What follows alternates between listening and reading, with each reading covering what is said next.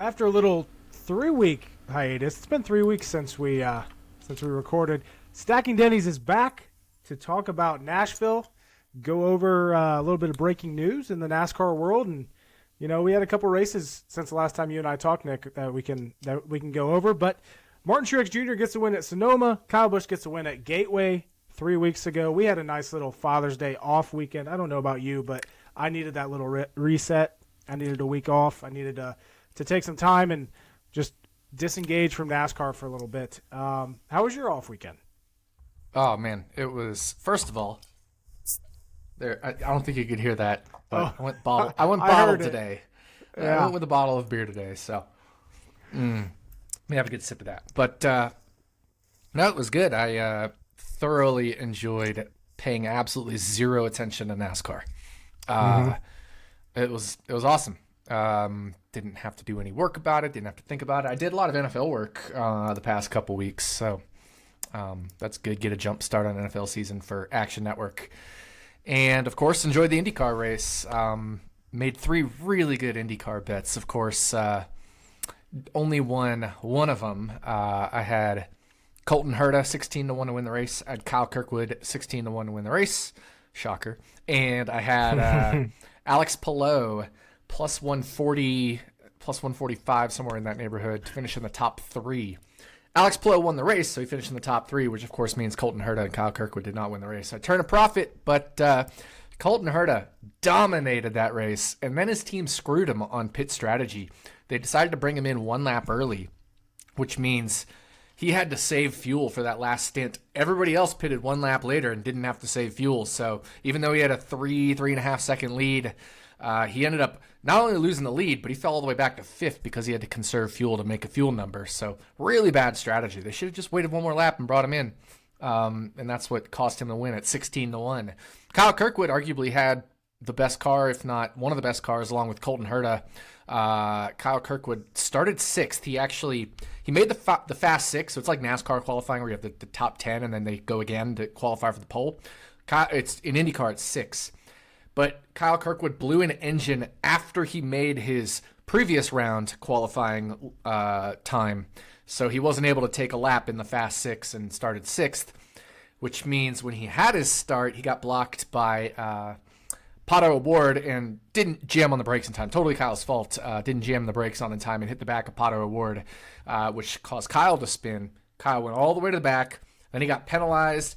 Then when he was on the first round of pit stops, when he was coming in for his pits, somebody else was pulling out, unsafe release, so he got blocked, had to go to the rear again. So he went to the rear like 3 times, still finished 9th.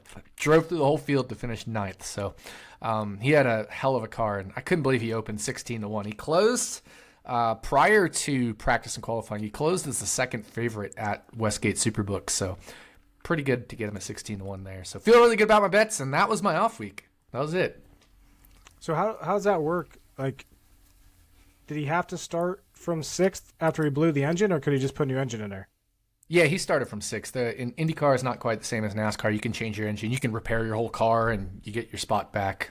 Started from 6th. And, if he had a chance to make his qualifying lap, he probably would have started in the first 2 rows, like no worse than 4th, I think, because he was 3rd in the previous round of qualifying. Herta was 1st. So it would have just put him in a little better position because he wouldn't have had an extra row of cars in front of him where people were checking up from the row of cars in front of them. So just one of those things.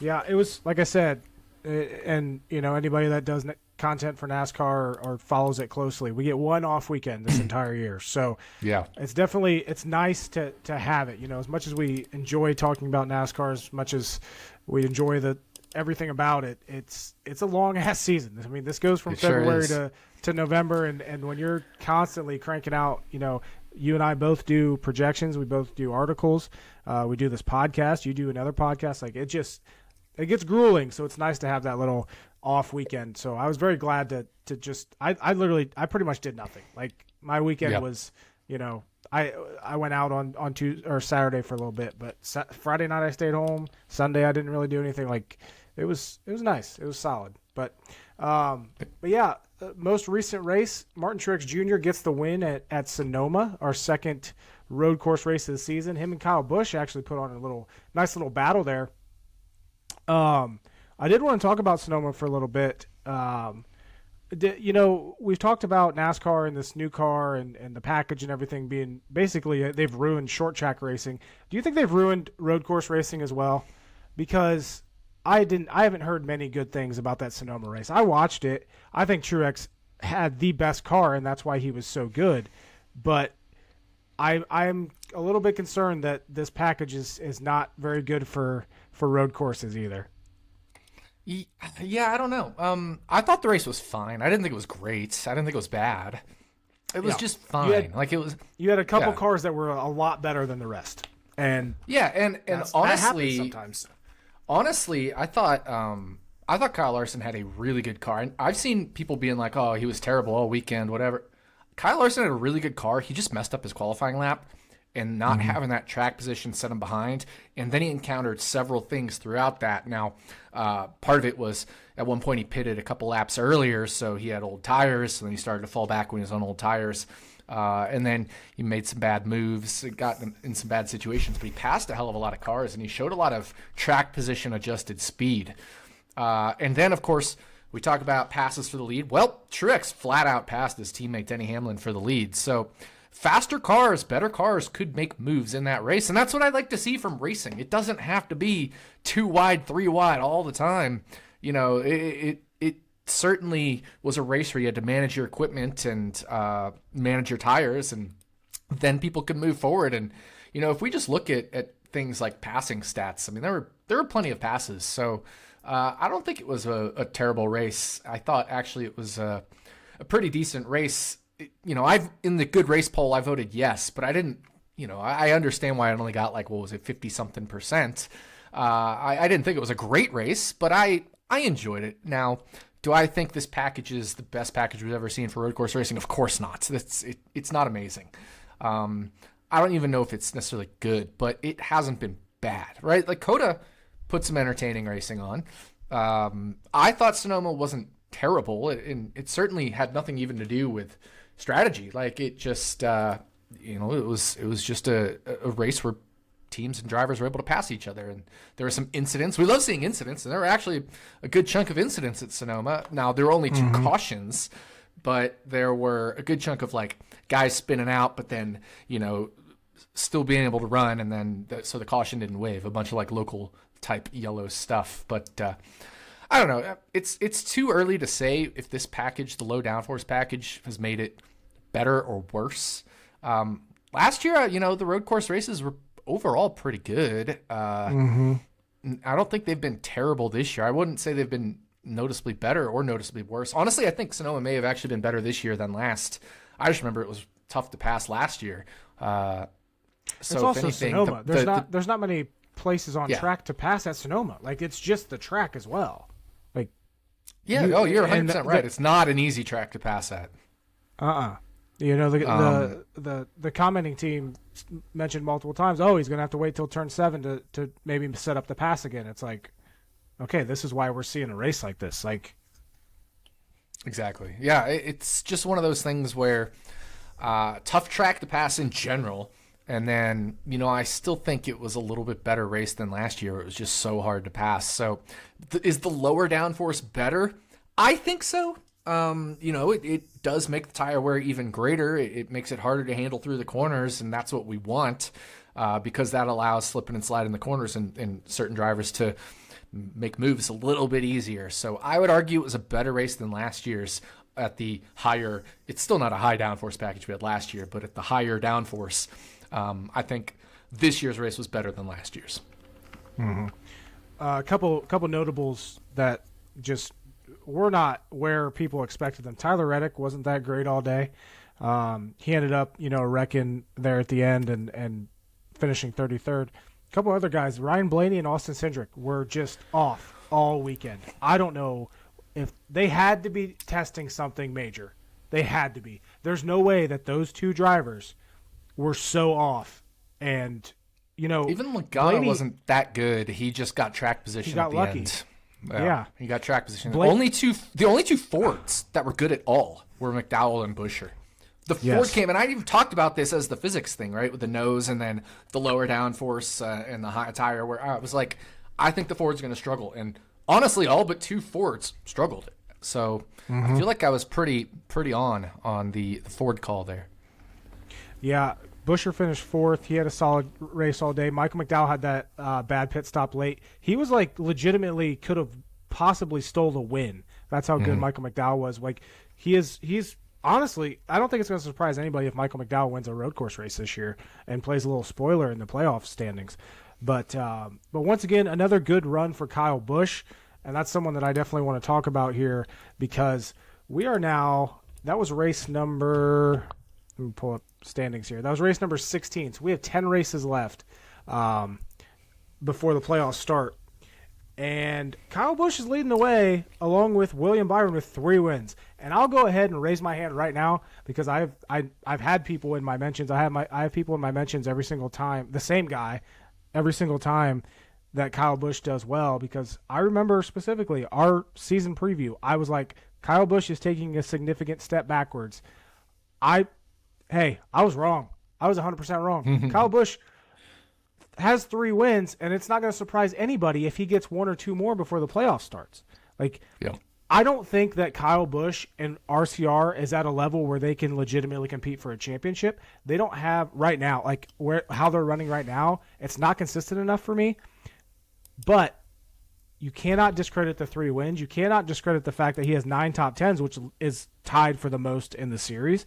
And you know what? He has 17 playoff points locked in already.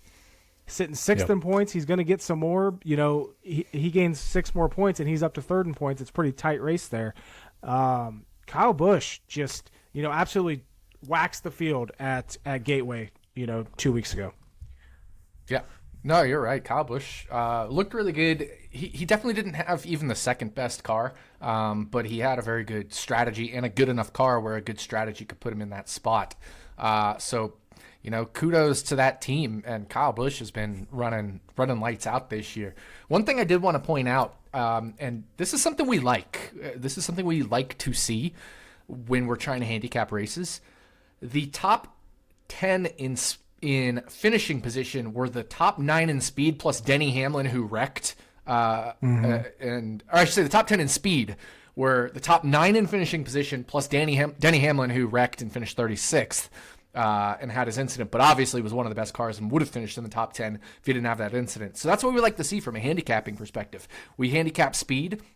Well, those top 10 were the 10 best cars, essentially in speed and finishing position, outside of Denny Hamlin's last place finish there, 36th place finish. But so that was interesting. And then again, looking at average running position, Kyle Larson had the 9th best average running position, but 10th was Denny Hamlin. Denny Hamlin would have been ahead of Kyle Larson had he not had that incident as well.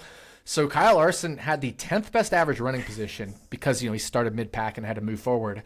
But he had the 7th best green flag speed. So when you green flag adjust that, or when you track position adjust that, he probably was a top 3 or 4, maybe a top 5 car at worst was Kyle Larson. Just got in a lot of bad situations all day because of that track position, but honestly, I think Kyle Larson had a very strong car. It just didn't work out with the way his qualifying lap, he kind of missed it there. So I don't really think he was off. It's a hard race to come from mid-pack. I mean, he was literally starting almost exactly mid-pack. It's a hard race to come from mid-pack and finish in the top 3 or 4. Could he have if things had gone better? Possibly, probably, but too many things went wrong for him in that race. So I thought and then again, just like we were talking about green flag speed, average running position, the guys that were 1 through 9 in average running position finished 1 through 9. Yeah, you always like to see that. Like, that is the best possible scenario as far as a race outcome goes. Switching gears here a little bit, we talked about Chris Buescher and how strong he was once again at Sonoma. I just noticed he's sitting 11th in points, right behind Kyle Larson. He's ahead of Keselowski. I didn't realize. These guys are doing something, man. I think it's awesome. Stenhouse is still sitting there 14th in points. Hell, Bubba Wallace is 15th in points. As much as people like to shit on him, but Hey. Yeah. Ricky Stenhouse Jr. finishing 12th at Sonoma. This is a guy that used to struggle at road courses, and I think I tweeted something out after the race, but his last 2 road course finishes, or the 2 he's had this year, average finish of 9.5. Plus, if you go back through his career, or the last 6 races or something like that, I think he's finished in the top 20 in all of them. I don't have the exact tweet. I'd have to pull it up. Let me search it real quick. Stenhouse has 6 straight top 20 finishes at road course, including an average finish of 9.5 this year, 4 top 15s in those 6, and an average finish of 14.2 over those 6. So he's getting pretty good at this right turn thing. And even then, if you go back maybe into 2021, he finished 11th at Indy Road Course. He finished 19th at the Glen. He finished 12th at Road America that year. So, like, you know, I got a little flack for my Stenhouse top 10 bet at the first road course race, which did hit, but it's not because I actually kind of don't understand why, because the dude's running almost near the top 10 in half of his road course races in the last 2+ years. So shout out to him, just like Bubba Wallace, just like Austin Dillon, another driver that's really upped his road course game as his career has progressed. Yeah, Stenhouse finished top 10 in both stages at Sonoma this year as well as last year, but last year a lot of that was strategy. But to put that into perspective, how good his 12th place run here was at Sonoma 2 weekends ago, that's only his 3rd ever top 20 at Sonoma, and that's his best finish by 6 positions ever at Sonoma. Like, Stenhouse has not been good, and that's where it's stuff like this, as bettors and as fantasy players, we have to really take note of it. Guys like Austin Dillon, guys like Bubba Wallace, guys like Stenhouse that have awful auras about them when it comes to road course racing. Like, you just automatically chalk them up as not good. That's where you get the value in the top 10 bets. That's where you get the value in them as DFS plays. Like, I wrote up Austin Dillon for Sonoma as a tournament play, and I'd still run him again as a tournament play. I think he wrecked or something, but he was right there on the fringe of the top 10 all day. So, like, it's those things that you have to pay attention to, these guys that are getting better, because that's where you're definitely going to get the value, like you said, betting top 10s, betting Bubba Wallace top Toyota. Like, these guys are not – they used to be incapable. They used to be, you could pencil them in for a 30th place finish. That's not the case anymore. They're getting better. So – yeah, definitely. And you like to see Stenhouse, not only did he finish 12th in green flag speed, 12th in average running position. So it's a legit 12th. He's once again having a great year, and I'll tell you what, I'm excited to see what he can do at Nashville, because the 2 races at that track so far, he's finished 6th and 16th. He's good on these flat tracks. That's always been kind of like his strength, when he was that 25th place car every week. Flat tracks were where he'd kind of get a little bit better. Now he's concrete running, obviously. Dover, Bristol, Nashville. Yes. Stenhouse, man, Bristol's his best track, and we've seen in recent years some strong Dover finishes, 2nd last year, for example. So Stenhouse, I look for him this weekend when we're heading to Nashville, just based off of the concrete angle. He finished, 15th at Dover earlier this year, but just based off of his Bristol history on the concrete side of things, and then his Dover finish last year and his 2 Nashville finishes, you got to think he's a legit top 10 threat heading into the weekend. Agreed, 100%. And like, I'm still, we talk about Stenhouse almost every week on the show. We're still waiting for him to fall off, and it's not happening. And I think that's awesome, because I don't think he can play playoff spoiler, but you never know. You never know when a team like that can get hot, when a few of the big guys can wreck out of 2 races, and all of a sudden Stenhouse is getting in on points and making the next round. And and even guys like Chris Buescher and Keselowski who aren't locked into the playoffs yet, but certainly could be with the seasons they're having. But looking at point standings now after 16 races, like I said, 10 races left before we cut off into the playoffs. Martin Truex Jr. is the new leader in points. Kind of slipped under the radar. He got his 2nd win at Sonoma, leading the points now. Best average finish in the series this year, 11.4. That's a little bit surprising to me. I would have thought Byron would have been up there, but he's at 12.3. Obviously, Larson's had his struggles this year as far as, either being top 5 or in the 30s. But yeah, Martin Truex Jr., 11.4 average finish, leading the points now over William Byron by 13. Ryan Blaney sitting there in 3rd, Ross Chastain in 4th, Kevin Harvick in 5th. And we still have to talk about Kevin Harvick because there's some news coming out of Stewart-Haas Racing tomorrow, which would be Wednesday. Josh Berry's going to be in that 4 car next year. We'll talk about this in a little bit, but I don't understand why NASCAR teams can't keep anything secret, or why they why are you delaying it? Just have the damn press conference. Everyone's speculated this for 2 months now, and again, you have to give Denny Hamlin credit because the Tyler Reddick news was the last time I can remember news not being broken before it was news actually being broken. How about that? News actually being broken by a team, and that was. Not enough people give Denny Hamlin credit for that. But, like I said, Truex is in the lead in points. Also up there, 2nd in laps or 3rd in laps led this year. Are we talking Truex as a potential championship?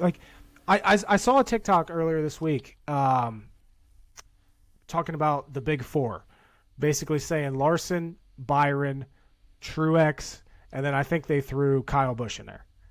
That would make sense. Yeah, it was Larson, Byron, Kyle Busch, and then they threw Truex in as the big 4 this year. Do you agree with that? Do you think those are the top 4 right now? I don't think many people could argue against Byron and Larson as far as just speed. I think they're definitely the best right now. Kyle Busch, I think you have to throw him in there just based on his 3 wins, and then Truex. I mean, you can't argue with the results right now. Yeah, honestly, those are just the 4 with multiple wins. So I wouldn't say they're the big 4, honestly. I think it's Larson, Byron, 1, 2 in that order. And then it's kind of a mess after that. Remember, without that 60-point penalty, William Byron would be ahead of Truex by 47 points.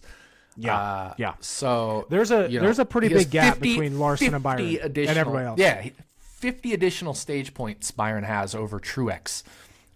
So Byron's been running up front a lot more than Truex has, just in terms of throughout the whole race. So I think Byron certainly is a super strong number 2 for me, and then I'd say there's a gap back to almost everybody else. I think you could possibly put Truex in 3rd, but just based off how the season's gone, I mean, let's look at who's actually 3rd in the points. It's Ryan Blaney.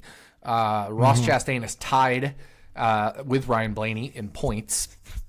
Kevin Harvick's in 5th, so Kyle Busch is all the way down to 6th in points. I can't really put somebody who's 6th in points, as a top 4 guy. Now, yeah, he has 3 wins, right.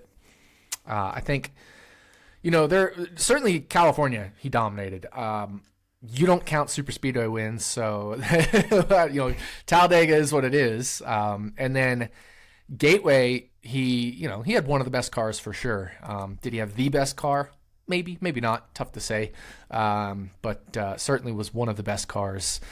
And, I think Sonoma, he probably had a 5th place car, 6th place car, something like that, and turned it into a 2nd place finish, which is awesome. That's a sign of a good day, a good championship season.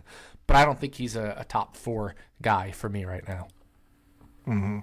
I think, recency bias comes into a lot of these analysis. Kyle Busch, you look at his last 4 races, 2nd, 1st, 6th, 7th, or the last 4 races. He's sitting there. He has 3 wins.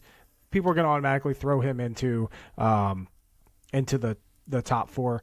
But as far as Truex goes, again, I'm really surprised that he has that good of an average finish this year and how he's running. But as you said, Larson, you look at average speed, you look at average green flag speed, you look at average running position, Larson is so much better than everybody else, even with his wrecks and his struggles and his mechanical issues that he's had this year. Again, if he rattles off 4 wins in a row, nobody's going to be surprised. That's how good Larson and his team is this year. And I think he's by far the number 1 this year. Like you said, Byron's the closest to him easily. I don't think there's any debate at that. If anybody doesn't have Larson, Byron 1-2, I think there's something wrong with you, and there's maybe some internal bias going on.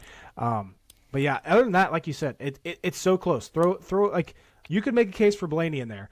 People could make a case for Ross Chastain. I don't think you can make a case for Harvick, even though he's sitting there 5th in the points. I'm not seeing the upside there out of Harvick. You can make a case for Bell, I think. Denny Hamlin. Who else? Maybe Alex Bowman. I was gonna say you could make a case for Alex. Yes, you could make a case for Alex Bowman now. And guess who we're not talking about? Chase Elliott. We're still not talking about Chase Elliott. He hasn't been great this year. Well, because he hasn't been great this year. But you know what? Could he turn it on? Right. All he needs is one win to get it. And we say he hasn't been great, but we look at since he's returned from at Martinsville, 10th, 12th, 11th, 7th, 3rd, wrecked out at Charlotte, 34th, and 5th at Sonoma. He's not up there leading laps. He's not. Would you say Truex's average finish was 11 point something? 11.4. Alex Bowman's 12.0. Mm-hmm. I'm looking at top 20 finishes, and Truex has the most. Kevin Harvick is tied with him for the most. But Alex Bowman obviously has not run 3 races. Now, he has 2 finishes outside the top 20, just like Truex. So it's tough to say Bowman would have finished in the top 20 at Dover, Kansas, and Darlington. But incident-free, obviously he would in those 3 races. So, I think if we want to pick a 4th best driver this year, it arguably could be Alex Bowman based off of what he was doing prior to his injury, prior to the 60-point penalty. Remember, he has. Yep. So, I think Bowman might be the 4th best driver this year, not somebody who should be 16th in points. He arguably could be the 4th best driver, and he's got one of the best average finishes this year as well with 12.0. My only concern with Bowman is he hasn't had a top 10 since Richmond. Yeah, but part of that may be, injury, comeback from an injury. Like Chase Elliott hasn't quite been the same since his injury as well. So that's true. Yeah, I wonder how much of it is injury related, getting the feel of the car back, etc. Mm-hmm. But yeah, so obviously Chase Elliott was suspended for his actions at Charlotte, and now it might be close for him to make it on points. I don't think he's in the. There's zero chance. There's zero chance he makes it on points. He has to win. You don't think he can make it on points? I did the math. Yeah, I did the math prior to Sonoma. And he'd have to average something like 5 finishing positions better than he's been doing all year.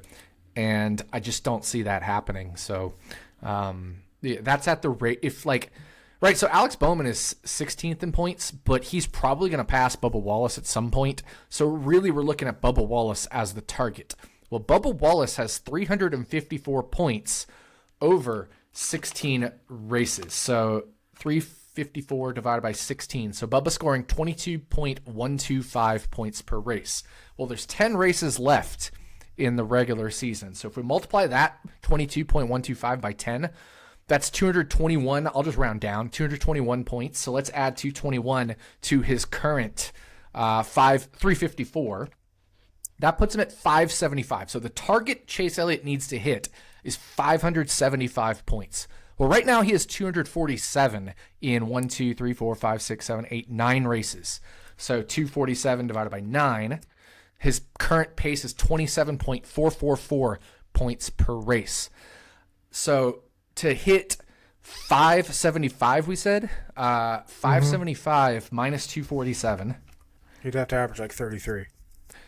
Divided by 10, 32.8. And he's been averaging 27.4. So he'd need to finish 5.5 spots better than he's been finishing all year to catch Bubba Wallace. And Chase Elliott, while he does have a 38th and a 34th place finish, every single other one of his finishes are top 12. So it's going to be hard to improve on 5.5 extra spots in points, or, he's going to have to start grabbing a whole bunch more stage points. So at this point, he's pretty much win to get in.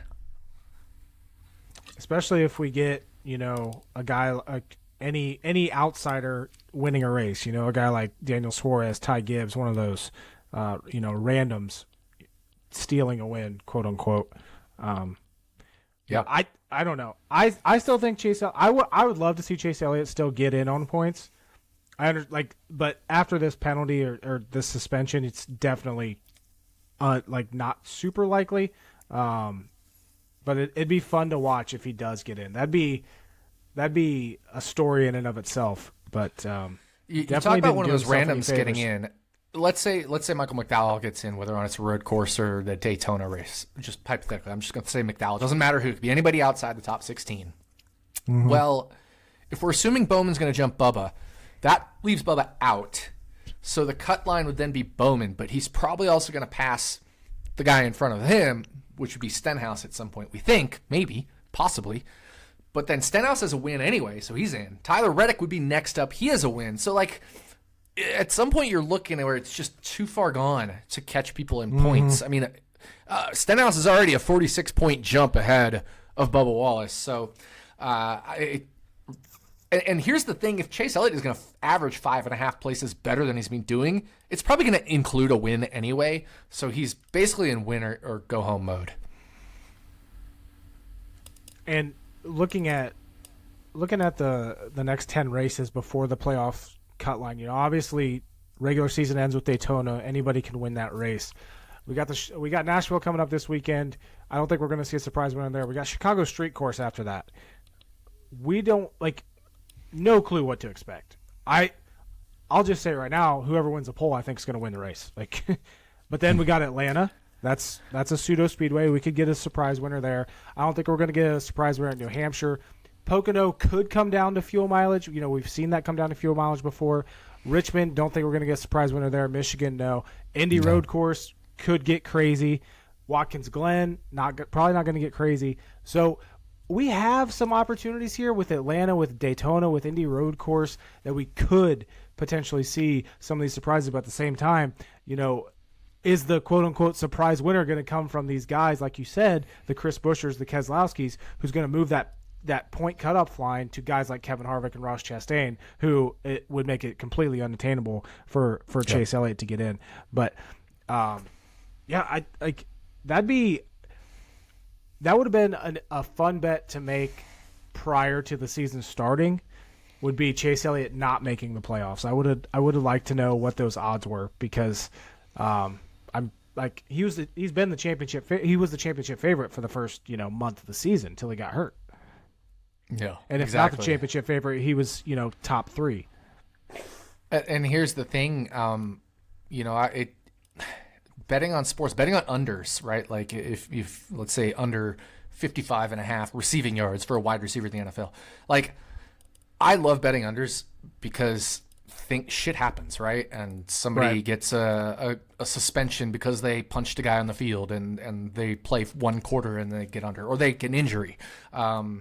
These things happen in sports, and it's probably not factored into NASCAR season-long lines enough, especially with this car producing injuries the way it does. We've already seen, and the funny thing is Chase Elliott's injury and Alex Bowman's injury were off track. But you add in the injury, like Noah Gragson missed a race now because of a concussion, right? So we're at the point where not only the car, Alex but Bowman even just last year, I'm saying. But this year, the only one we've had is Noah Gragson. But the two major injuries we had were Bowman and Elliott. One was Bowman in a different car, a different series, and Elliott was skiing, or snowboarding, I should say. So, and then Elliott had a suspension, right? These things happen, and they're probably not factored into if we could get a no line on Chase Elliott make the playoffs or not, stuff like that. So be interesting to see, because his if there are odds on that to make the playoffs, it'd be minus 1,600 or I don't know, minus 50 to 1 in the negative side. So it's just it would have been interesting if a book had offered yes, no odds on Chase Elliott to make the playoffs, what that line would have been on the no side. I was actually looking at the Canby books offer drivers to make the top 4, which I always like. I've liked betting those in the past. I actually like when they used to let you parlay those with a race win. I like those a lot. But they used to offer yes, no. They're only offering yes and right now. And Chase Elliott plus 210 to make the final 4. I wish they'd have a no line on that, to be honest with you. I'd probably. That'd be awesome. I'd consider biting at a no line. They offered that last year, but not this year. At least right now, at least this weekend when I just pulled it up. But speaking of moving forward, though, like I said, Stewart-Haas Racing will be having a press conference probably when this podcast gets released. Josh Berry going to the number 4 car, replacing Kevin Harvick next year. I believe Rodney Childers is staying with the car, which is great for Josh Berry. He's getting one of the best crew chiefs in the garage. Nobody really surprised by this, but when we look at Stewart-Haas and their lineup for next year, we're looking at Berry in the 4, unknown in the 10 because Eric Almirola is retiring. Actually, is he? No, he's staying another year, isn't he? So I saw news during the off week that Almirola is still considering whether to come back or not. So he's technically under contract, but that doesn't mean he himself may not just choose to retire. Yeah. So maybe speaking of Almirola, that Xfinity win at Sonoma, that was huge. That was huge. He was 150 to 1, or in some places 200 to 1 to win. Very nice win there for Eric Almirola, and shout outs to the guy who hit the Almirola Truex collar. That's insane. Yeah. I forgot about that. Good call. And I didn't understand. So I didn't watch the Xfinity race. Why was he such a long shot? Was he in a shit car or what? He was in, a middling car, but it turns out it was Stewart-Haas prepared. And also, Kyle Larson was in the race. Ty Gibbs was in the race. Daniel Suarez was in the race. Ross Chastain was in the race. Well, you would never say Eric Almirola is better than any of those 4 guys I just mentioned. Now, of course, Chastain and Suarez themselves weren't necessarily in the best equipment, but we also thought Almirola wasn't, or maybe some people, I don't know. I didn't really pay attention too much to the Almirola equipment situation, but he drove a great race, and Larson ended up hitting. They had those tires on the inside of that hairpin turn. Larson ended up hitting the tire on the inside, which damaged his car and caused him to fall back. And he ended up holding up Gibbs because of that for a little bit, which allowed Almirola to get enough of a gap. So just kind of how it turned out. And, it definitely he shouldn't have been 150 to 1. He was very strong. So good bet by the people that got him at 150 to 1. That was very, very, very well done. And then to the one person who parlayed it with Truex, that's awesome stuff. You love to see that. Yeah. I saw that come across, and for people who don't know that who or what we're talking about, at Cullen Casey 1981 had a parlay. Eric Almirola winning the Xfinity race, Martin Truex Jr. winning the Cup race. He got Almirola at plus 150 to 1, Truex at 22 to 1, parlayed him $25 to win $86,825 from Caesars. And this isn't the first time that this guy has he hit had a huge hit. The Millionaire Weekend, yeah. The weekend hit, we had the $1 million parlay, he hit something for 60, 70, 80,000 again. So I think he had a second parlay in there as well. He did a round robin on that, and his only miss was Todd Gilliland, but still had a massive day. So definitely give him a follow. Obviously, a lot of people, they're only going to show their wins, but hey, he's got a solid track record of NASCAR. He's got enough wins to cover himself for a long time. Let's just put it that way. Absolutely. So slow clap for him. Not even a slow clap, regular clap for him. Just awesome. But Josh Berry in the 4 for Stewart-Haas next year. Eric Almirola maybe in the 10. Chase Briscoe in the 14. And who am I missing? Priest in the 41. Priest in the 41.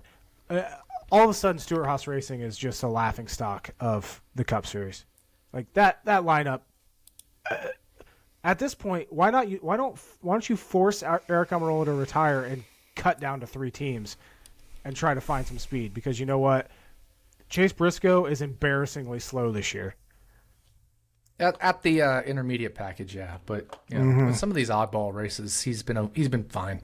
But in that intermediate package, at intermediate style tracks, yeah, he's been embarrassing. But yeah, so I know a lot of people are excited about seeing Josh Berry and what he can do, and people have been hyping up Josh Berry forever. And the lucky good finishes that he got while replacing or running for Hendrick Motorsports this year definitely didn't help. But anybody that's a Stewart-Haas fan, I don't know how you could have any confidence in them being competitive next year when you're losing a guy like Kevin Harvick. And honestly, this, like, as bad as Stewart-Haas is right now, the fact that Kevin Harvick is 5th in points and doing what he does just shows how good Kevin Harvick is. And the fact that he's retiring, good for him for retiring when he's performing at this level. And he's not going to just keep going until, he dies a slow death. Like, Kevin Harvick, if he wins a race this year, it's not going to surprise anybody. I hope he does. But man, Stewart-Haas, there's nobody big for them to land. I don't see how they're not going to be in rebuilding mode for the next 5 years. I'm not a big fan of the Berry hire. If I'm a Ford team, I'm looking in the Ford camp, I'm trying to do everything I can to get Zane Smith in that car. But for some reason, they're going with soon-to-be 33-year-old or 32-year-old Josh Berry, which just doesn't seem like the ideal time to get somebody started in a Cup career. Now, I know he's run a few races this year for Hendrick, but it takes time to get good at Cup racing, and then all of a sudden Berry's already hit the peak of his age curve by the time he's seasoned, so he has 1 or 2 years at his peak, and then the decline starts to hit naturally with age. So not a huge fan of it, but to your point about Kevin Harvick and how good he is, the guy arguably could be a top 7 or 8 all-time NASCAR driver as far as I'm concerned, because for 13 years he raced for Richard Childress when they no longer had a championship team, and yet he almost brought them championships. He was so far ahead of his teammates every year, it's essentially. And then Stewart-Haas Racing, he finally gets his championship. He finished first, second, there was an 8th, and then third in the points, and then 5th and 5th. Even those 5th and 5ths come in, the year he won 9 races, but then that big decline year for Stewart-Haas in 2021, still finished 5th in points. Last year was 15th, but then sitting 5th again this year. So just to do what he's done, the number of wins he has, I know he only has 1 championship, but he hasn't really had the opportunity to win more than a handful of championships simply because he hasn't always been in the best. Like, he's been in very good equipment. Don't get me wrong. Like, Richard Childress Racing back in the early 2000s was a strong team, but they were not the top tier team. Just like Stewart-Haas Racing, they were kind of a top tier team for several years there, but the last 3 years they have not been a top tier team at all. So Kevin Harvick arguably is a top 7 or 8 driver all time in NASCAR. Certainly for me, a top 10 driver all time. I don't championships think, be damned. I don't care. Yeah, I'd like to hear people's argument against that, because it's so difficult, and not to mention, remember Kevin Harvick came into this sport replacing Dale Earnhardt. He had huge shoes to fill, and we've seen many drivers with huge expectations, huge shoes to fill, just completely fail. And he's put together 60 wins so far. Like you said, 1 championship, always right there. That could almost win it.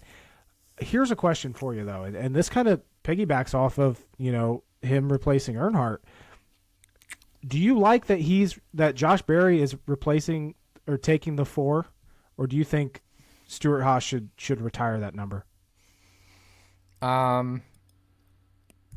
It's fine. It doesn't matter to me. I mean, look, the 3 never got retired, so yeah. That's and like the 3, I don't think Austin Dillon should be running that number. I really don't. I think I could make a case that that the 4, that Berry shouldn't take over the 4 if Harvick ran the 4 his whole career. He didn't. He ran the 29 with RCR, 4 with Stewart-Haas, but definitely that's just it's another weight on Josh Berry's shoulders. Like, you're replacing one of the NASCAR greats. Yep. And it's good luck to you, bud. Wishing you all the best. Yep, exactly. And again, just to reiterate, Josh Berry, 3 top 10 finishes. The one at Richmond was kind of lucky, that second place finish. And then his next best finish were 2 10th place finishes. So, and that's in Hendrick equipment. So, just not a super ringing endorsement there. Now, I get it. It's his first handful of races. But, you're taking Hendrick equipment and you're putting an average finish of something in the 20s. That's not ideal. Yeah, and if you remember back to when he was subbing in that Hendrick equipment, he never showed speed in practice or qualifying. He was getting better during the races, but they were never what I would consider fully legitimate runs, his good finishes. Especially that Richmond one. That was complete luck. He got lucky on a caution. One thing to note, though, Harvick's leaving. Rumor is Anheuser-Busch is also going to be leaving Stewart-Haas, and they're going to be moving over to Chastain over at Trackhouse and sponsoring him next year. That's what I saw on Twitter. I don't know if it's true or not. Anything you read on the internet's true. But that's another thing because Stewart-Haas has had trouble getting sponsorships. Like that's a main reason why Eric Almirola is still in the 10 car, because he kept Smithfield. Like, I'm fully convinced that's the only reason that he's still racing, is because they're like, we can't lose Smithfield. We don't have anybody else to replace him. So something to keep an eye on there with Barry and whether he's going to be able to bring in any sponsors for that 4 car. We getting a Busch seltzer watermelon flavor next year? That would just piss me off. I will say though, a Busch Light peach car for Harvick this year would look pretty badass. I'm a sucker for orange, so I also noticed that he's getting sponsored by Sunny D for 2 races he was sponsored at Darlington in May and Kansas in September. Hopefully they do have you had the hard Sunny D's, the Sunny D seltzers? No. They're decent if you like seltzer. Just random there. I was always a big Sunny D fan, so when they came out with the seltzers, I was pretty excited, and then they taste like seltzer, but they're still pretty good. I drink them from time to time. Yeah, never had it.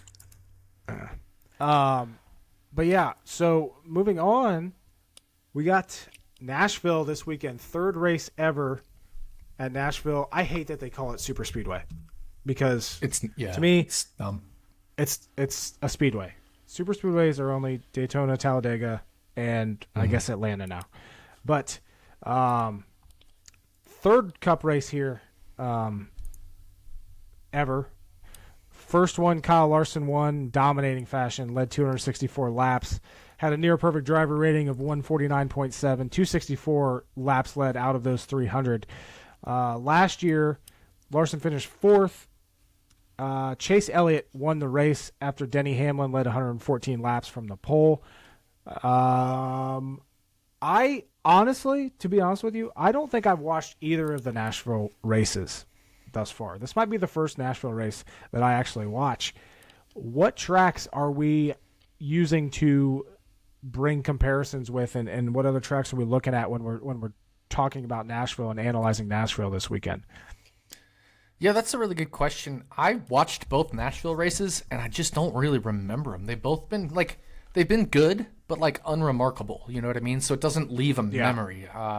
Obviously, I remember 2 years ago, Ross Chastain, Ricky Stenhouse Jr. coming home with really strong finishes. Eric Almirola. They all finished inside the top 6 drivers that you wouldn't necessarily think are top 6 drivers. So, Daniel Suarez finished 7th, and that was the year Trackhouse was new and wasn't as good as they were last year. So it produced some interesting results in 2021. Last year, it seemed to be pretty run-of-the-mill. I mean, Elliott, Kurt Busch, Ryan Blaney, Kyle Larson. So there's no, pattern here with, a specific team or a specific driver. Austin Cindric finished 7th last year. I guess that may be notable. Penske placed 3 at the top 9. But It's really tough to say. And then as far as like similar tracks, I think you got to look at Gateway just from size and flatness. But then I think you got to look at the concrete tracks as well. And then I think you can just look at intermediate tracks in general because of this intermediate package that we've seen this year. So tough to say. Hard race to handicap. I've made 0 bets so far. So, if you're tuning into this as a betting podcast and you want us to trim it down to just our bets, you can just shut the podcast off now. I've got 0 bets, 0 interest in bets right now on this race. I'm going to probably wait for track activity, honestly. Maybe I'll find something crazy in one of the markets, but at this point in time, I'm kind of just not interested in betting until I see cars on track. Agreed, 100%. Sportsbooks have Larson as the favorite. No surprise there. It's pretty much been the case every single race this week. Truex, the consensus second as far as the favorite. Kyle Busch, Chase Elliott there, both sitting at 8-1, along with Denny Hamlin and William Byron. Truex is there at 7-1. Larson's at 6-1. Just kind of going through this, just looking at some odds right now, seeing if anybody, I always like to do the initial scan and just seeing if anybody pops off, and as long as as far as the eye test goes, that just doesn't make or looks a little off. And like I said, we've only had 2 races at Nashville, but right now everything looks pretty solid to me. If I had to bet somebody right now, I don't particularly I kind of like Byron sitting there, and even Hamlin. 8.5 is the one that jumps out to me. Byron 8.5 the one is the one that jumps out to me. Sorry, I was reading the wrong column. Hamlin and Byron are both 8.5. Byron over at Bet Rivers or the Canby books is at 8.5. Yeah, and 8.5 at DK as well. Oh yeah, you're right. Yeah, I mean that's the one that would jump out to me. Would be William Byron. It's tough to say that I bet anybody else, but it always feels weird to have the year Alex Bowman has had and have him 30-1. But again, coming back from that injury, I'm not in love with that line. Now, last year, Alex Bowman only completed 49 laps. So tough to really use last year as a gauge. But 2 years ago, Alex Bowman finished 14th. And in the stages, he did not place inside the top 10 in either stage. So 30-1, even then, probably hard for me to jump on Alex Bowman there. Maybe somebody like a Daniel Suarez at 50-1, but if I had to really pick, but again, not loving that. So probably just someone race like I said. What about someone like Harvick at 20? Yeah, even then, like Harvick, when has he really been winning? That's the thing. Like he won Michigan and Richmond last year, but he should have won Phoenix this year. Yeah, but that was different package and shorter, flatter track. True. So at the intermediate tracks this year, he hasn't been super amazing. Now this is a little bit shorter side of intermediate, and it's concrete, so I get all that. It's a little bit flatter than most of the intermediates, so certainly it's just such a unique track. It's just hard to handicap at this point in time. Yeah, it's 1.333 miles in length, banking of 14 degrees. So 1.33, what would be the comparison? I'm blanking right now. In terms of is there any other 1.33? Yeah. Darlington's 1.366, so yeah. Yeah. Man, I was blanking there for a second. Yeah, and then for some reason I was thinking Nashville was super, super flat, but there's some banking here. Yeah, 1 1/3 miles, and there, there's some banking for sure. It's what is it in the corners? It is 14 degrees in the corners, so it's like between your flat tracks and like your lower banking intermediates, maybe like a Las Vegas or something like that. So. It's just such a unique track that it's tough to kind of just say what the best comps are. But yeah, just a tough race to handicap overall. One thing happening this weekend, NBC's taking over. So we're finally done with Fox. Thank God. Unfortunately, we get Rick Allen in the booth. But as far as broadcast itself, visual and non-Rick Allen audio, I really like NBC's broadcast over the last few years. I think they're going to do a good job. So hopefully Rick Allen isn't too awful this year. But thankfully, we're done with Fox as far as the Cup Series go. They're still FS1 is still doing the Truck Series stuff, but as far as the Cup race this weekend, it will be on NBC, and it's a Sunday night race. We have 3 Sunday night races in a row. I just realized that. So this weekend, 7:00 at Nashville. Next weekend, Chicago Street Course starting at 5:30, and then a night race at Atlanta at 7. All 3 Sunday night races, which I hate Sunday night races. I don't know about you, but I hate Sunday night races. Yep. Me too, man. I'll probably be traveling for the Atlanta race as well, so I'm gonna have to miss that one, unfortunately. But yeah, 3 Sunday night races in a row. NBC, thank goodness. Dude, Fox mailed in that Sonoma broadcast as well. It was so bad. Just the number of commercials. And then I think at one point Mike Joy was like, we'll be commercial free from here out or whatever. And then they had another commercial anyway. I was like, the fuck? So, I don't know. Just Fox was god awful. Embarrassingly bad. And so I'm looking forward, Rick Allen aside, I'm looking forward to the NBC side of the season. And, they get the final, it's not exactly halfway through the season as far as the 36 points paying race, because we're only 16 out of those. But Fox also got the All-Star weekend, and they got the preseason Clash weekend. So it's like 18 races for each. So it's exactly like halfway in terms of the weekends that are getting covered. I guess technically a little less if you count like Daytona qualifying weekend, but there was no racing there. You get the duels midweek, but essentially halfway through the season in terms of the overall scope of race weekends. Mm-hmm. I saw something about practice this week. Oh, no. So they're separating practice and qualifying, which is, different than what we're used to. And Pacris said because it's NBC's first weekend. So they're going to be doing practice on Friday night at 6:30 after Xfinity practice, and then qualifying Saturday afternoon at 1 p.m. For the Cup Series. And I'm pretty sure the practice session is going to be a little extended. I saw Ryan from iFantasy Race tweet about an extended practice session. I didn't see what that exactly entails though. Did you see that? I did not. I'm trying to quickly go through Pacris's timeline here quick. Yeah, it is an extended practice session. So let's see. Practice all entries for 50 minutes. Oh, so everyone gets 50 minutes. So we're not going to be doing the group thing. I think it's a 150-minute session. I like that, but I don't, because you made that point before. A lot of people don't know how to analyze 2 different practice groups and realize that the speeds can be and are different. Right, exactly.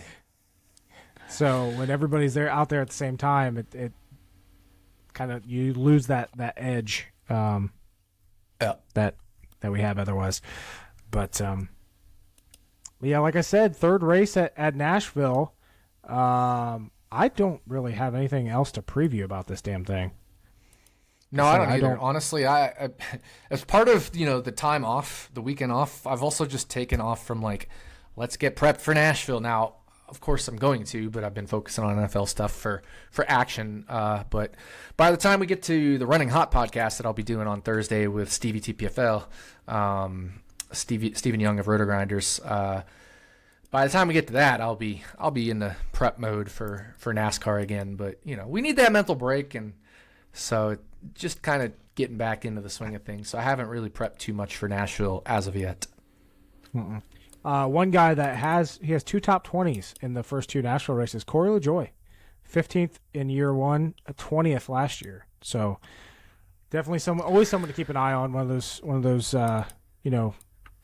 wouldn't call him lower tier, but still hanging out 22nd in points as well, ahead of two Stewart-Haas cars, ahead of Austin Dillon, ahead of Eric Jones, ahead of obviously Chase Elliott because of the situation he's had. So pretty solid year for Corey LaJoie as well. Yeah, better average finish than Austin Cindric, AJ Allmendinger, Michael McDowell. Same average finish as Daniel Suarez. Better average finish than Ryan Preece, Eric Almirola, Austin Dillon. Yep. Corey LaJoie is having a hell of a year. As is our boy Todd Gilliland, despite constantly being thrown into that Rick Ware car. He finished 24th here at Nashville last year, so always, I feel like he could sneak into top 20 as well. Yeah, for sure. Todd Gilliland, definitely good at some of the shorter, flatter tracks. So even though this is a little bit bigger, it's still on the shorter-ish, flatter-ish side of things in some ways. So he could surprise with a good result this weekend for sure. I was hoping, I just pulled up FanDuel, I was hoping that they'd drop odds for us like they do sometimes, but nothing up there yet. Yeah, lately they've been waiting a little bit longer. And they haven't been as good, but no, it is what it is. As far as Nashville goes, who's your pick to win? Because I know yeah, exactly. I got I also forgot something. No, we'll do picks first, and then I'll got the next part. Honestly, this is just straight from the hip. I'm gonna go with Christopher Bell. I like it. I like that. Top 10 in both races at Nashville so far, and we know what he can do on the shorter or on the flatter tracks. So definitely would be cool to see him get a win. I'm gonna go. I hate to do this. I'm jinxing myself. I think Ross Chastain gets it done. I actually very much considered him. I think Ross Chastain gets it done. 2 top 5s. Oh, man. In the first 2 Nashville races. He's been, you know what? He's been quiet. Ever since Justin Marks sat him down and talked to him. Yep. Chastain has not found any speed. Maybe this off weekend he reset his brain a little bit and he's going to get back to having speed. Or maybe, he won't, and I'll rejoice over that. But my pick to win is Ross Chastain. You got Christopher Bell. I have Ross Chastain.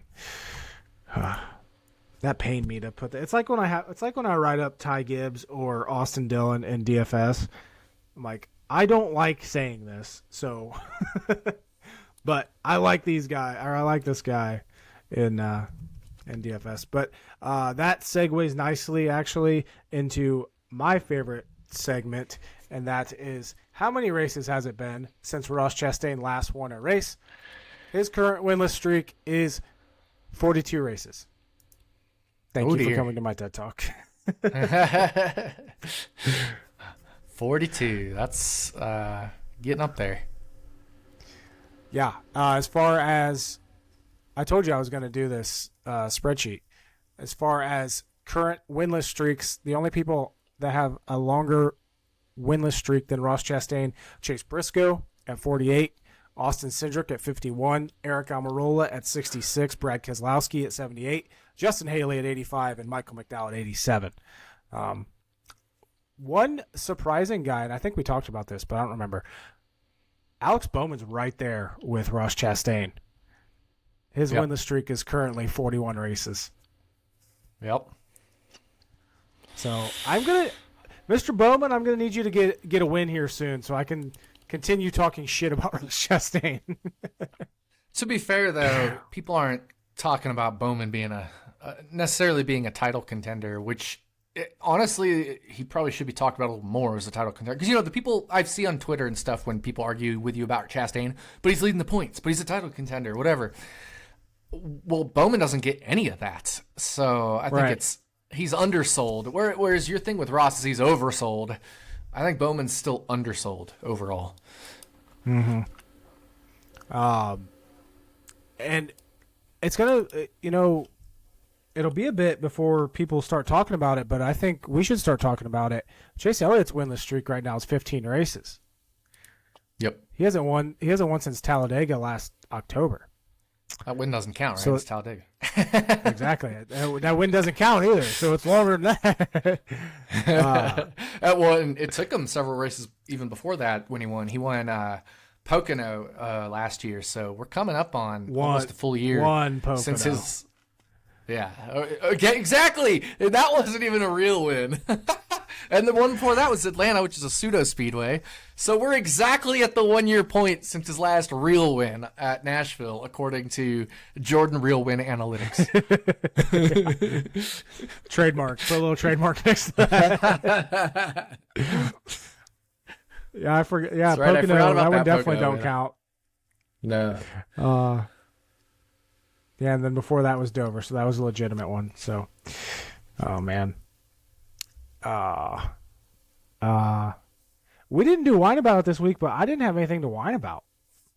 We had an off week, man. There wasn't a whole lot to whine about. Not a whole lot, and not a whole lot going on as far as Cup Series stuff like that. I mean, I guess if I had to pick a whine about it, it'd be like people whining about Sonoma. Like the race wasn't that bad, but I mean, it wasn't very good. It was not definitely wasn't up there in my good race list, but I thought it was a good race. I didn't think it was a great race. I didn't think it was an awesome race. I thought it was a good race, but I don't really have anything to whine about as far as that is concerned. Just not a whole lot. Not a whole lot to complain about right now. We've had a week and a half, 2 weeks to simmer. Mm-hmm. I took a walk before I jumped on here to record this, and I was thinking, I was like, I need to come up with a whine about it. And mine was going to be that I didn't have a whine about it, but I was actually going to whine about not being able to live bet these races until this year because Ohio sucks. Yeah. But I've realized that, like, I bet Ryan Blaney. I live bet Ryan Blaney at Charlotte. That obviously hit. I live bet Truex at Sonoma. That hit. Obviously, this isn't going to work every time, but both of these times, the reason I live bet these two was because of where they were running. They weren't leading at the time. Blaney was like running third or something at Charlotte, and Truex was still like in fifth. But I was watching DraftKings, and they were getting fastest laps. So that just triggered me to bet them live, because if they're getting fastest laps running, fifth or eighth, they have a damn good car. So just a little tidbit out there, I just use NASCAR's lap by lap page and just follow lap times lap by lap, and that's what I use to live bet. I live bet Denny at 10-1 when he was leading, and it's not that I thought it was a great bet, but it wasn't a bad bet at all. If something happens to Truex, if he has a bad pit stop, Denny was maybe the second best car on the day until he had his issues. But no, definitely a good bet on Truex there for sure. If you're looking at lap times or fastest laps, like you said with DraftKings DFS stuff, definitely was a solid bet. Mm-hmm. Yeah, I'm happy about that. I think I'm going to be done betting, pre or midweek stuff. I'm just going to start betting live bet every week. I'm having more luck there than I am my other bets, but it's all good. We're getting to the point of the season where I typically start heating up. Like I've been doing this for 15 years, and for some reason, every time once we enter these summer months, this is when I start like getting good when it comes to fantasy, when it comes to betting. It happens every freaking year. I don't understand it. But same here, dude. Last year, I mean, it was we hit Denny Hamlin at the 600, but at least for me, Road America, Tyler Reddick, 25-1. Almost hit Corey LaJoie very next week at Atlanta. And then, let's see, Indy Road Course smashed it. Michigan, Richmond, not Glen, I don't think, but Daytona, Darlington, then the beginning of the playoffs just absolutely crushed it. So last year was the heater. This was the heater portion of the year coming up right after Nashville. Mm-hmm. Yeah, so I'm excited. I don't know how I'm excited I am for the Chicago race, but other than that, this little stretch here, I'm pumped. Like we said, off week was great timing.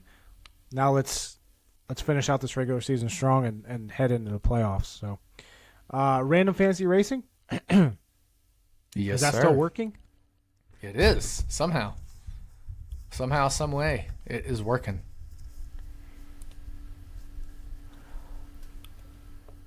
But let's see. I have, for this week, the 45 is doc blocked. So that would be Ty Gibbs.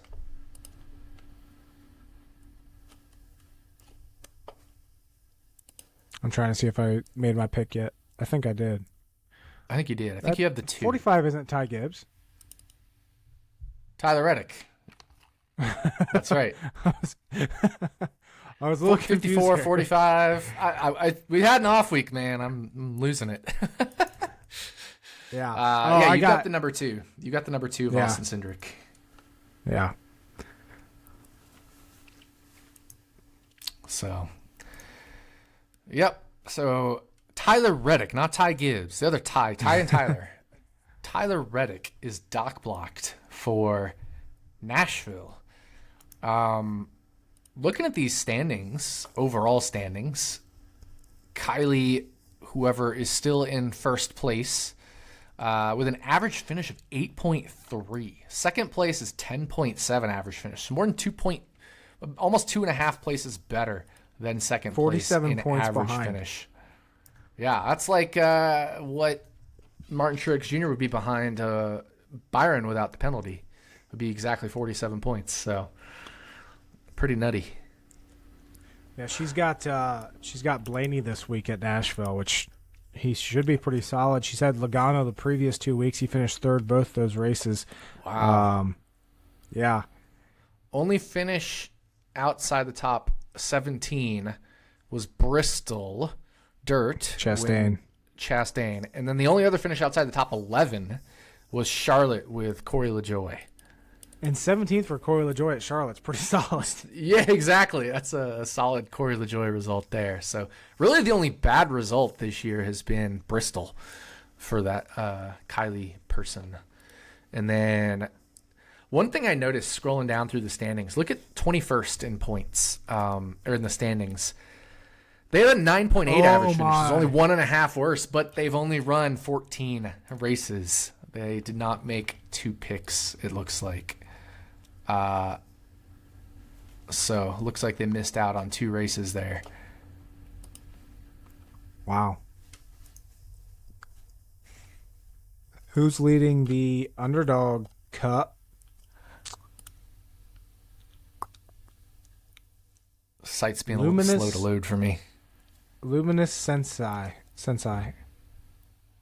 32 points behind ahead. Being behind is being ahead in that.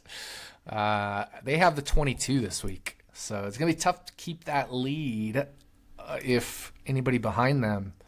Man, remember David Hanks or whatever was just running away with it?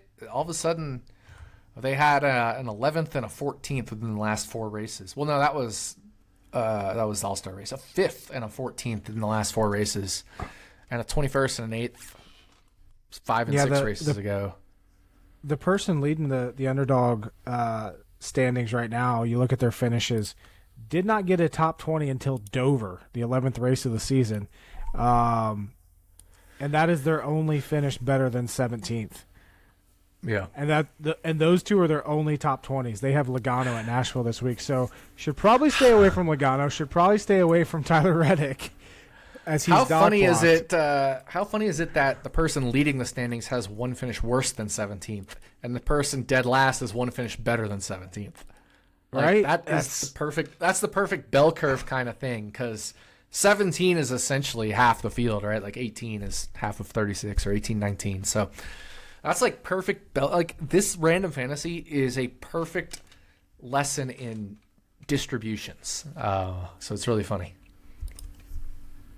That's you talking about bell curves funny, and I'll tell you why when we're done recording. But that cracks me up. But yeah, that's going to do it for us this week. Congratulations if you don't like our super long episodes. This was a pretty quick episode, but getting back into the swing of things. Got Nashville this weekend. We're going to talk about Chicago street race next week. Man, that's going to be something. I'll say that. But we got to get through Nashville first. Go Ross Chastain. Can't believe I just said that. But, man, good luck to you all with your bets, with your fantasy, and we'll talk to you next week with Chicago. See you guys. Adios.